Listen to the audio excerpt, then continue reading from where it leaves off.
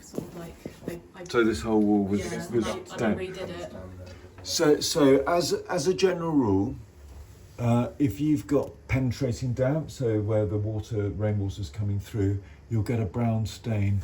So just like you're getting a brown stain there, that's because as the water comes through, it's bringing pigmentation from the brick with it.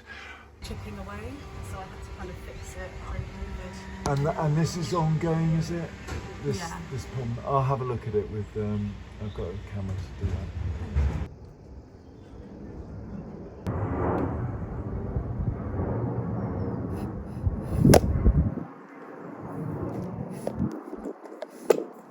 The mould, so if we look at the mould, you've got two different types of mould. Well, you've got the spotted, so that's black spot mould. Actually, you probably just got the black spot mould, but I thought I saw the brown mould. But the black spot mould grows at about 85% relative humidity for long periods of time. So so you've got it there, and then in behind there, and then upstairs, and actually it's more or less all over the place in different places. Yeah. The four primary causes of excess vapour in this property are: one, the bathroom. The extractor fan switches off as soon as the lights are switched off and the door is often left open.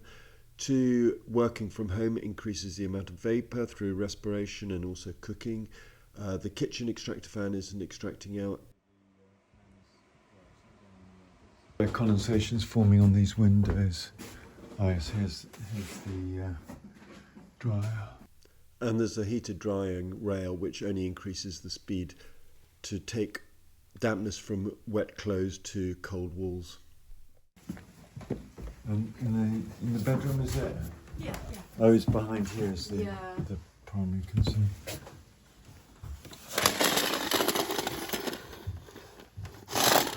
I mean, in terms of dampness, it's dry at the moment, but then in winter it could be dry.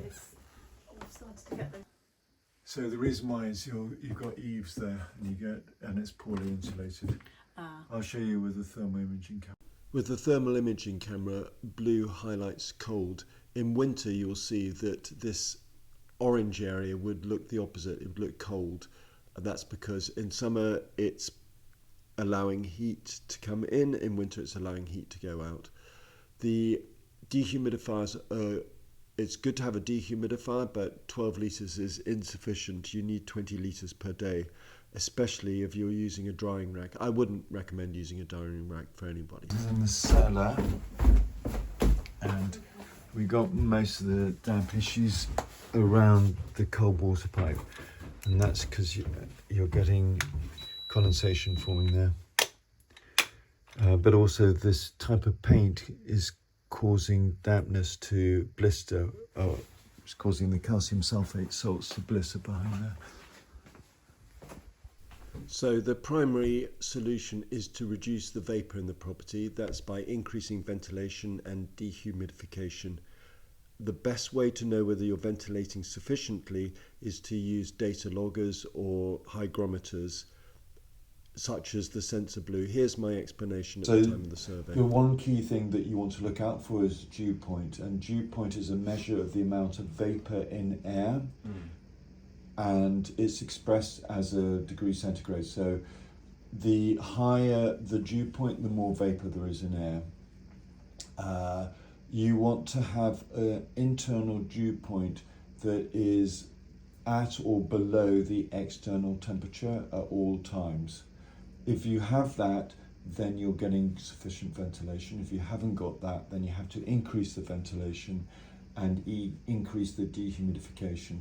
Modern living is very different to the way that these properties were built. They didn't have, first of all, most people have showers at least once a day. You know, they had a bath once a week in the old days, and they shared water. So that's number one. Two, the heating system was fires, which naturally draws air through, so it creates a flow, and it naturally pulls the air from the outside. Modern day, We have central heating, which is time to be off when we're not in, etc., etc. The single glazed windows actually act as a dehumidifier, so all the all the condensation you see on the windows is actually removing it from the air.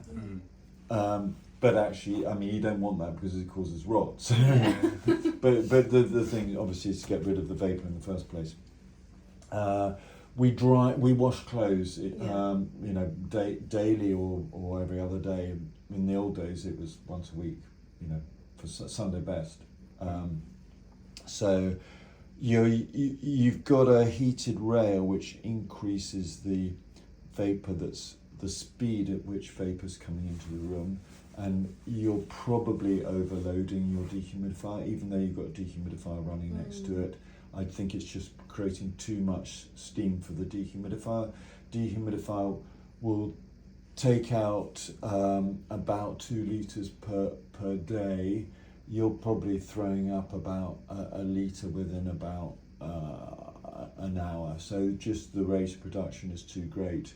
So I would, at least in the short term, stop using the heated rail, but use the dehumidifier when drying clothes. I use a dehumidifier when drying clothes. Obviously, if it's sunny outside, use outside. But if it's cold and wet, you can't really do that.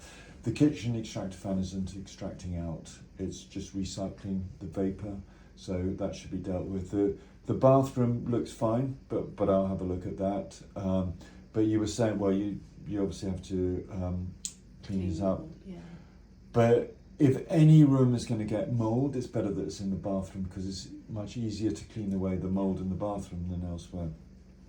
There are arguments for insulating the property because that reduces the risk of mould, but that isn't addressing the root cause. The root cause is the vapour. And also, do you work from home? No, not at the moment. No, not at the moment. So during COVID, there was a much greater increase in mould and condensation because of people, respiration, people being at home and cooking during the day and boiling kettle for coffee and that sort of thing.